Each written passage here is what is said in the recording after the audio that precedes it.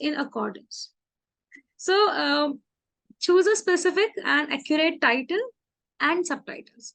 See, once you have decided the outline, Tarini, it is very easy to write. If you have no idea what you're going to do, you have done no research.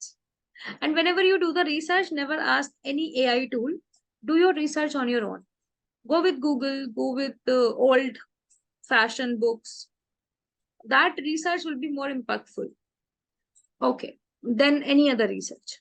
This is very important part of your manuscript and can affect readership.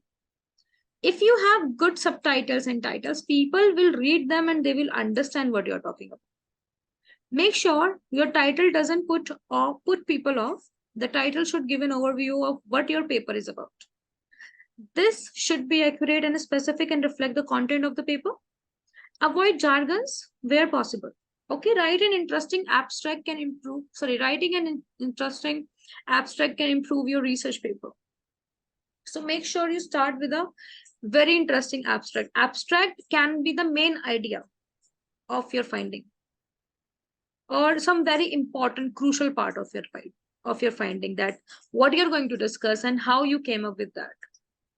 The abstract is the first part of the paper that will be read. A clear abstract should outline the working of your research. This will help you carve out a very specific space in your field. Mention some notable achievements and explain how your research builds on them. Okay.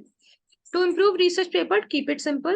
Use only English, simple words. Avoid including information that is unnecessary. Don't ask rhetorical questions. That's not needed even. Review what you have written so far. If you can delete something, then you should. During review. And that's all about this one.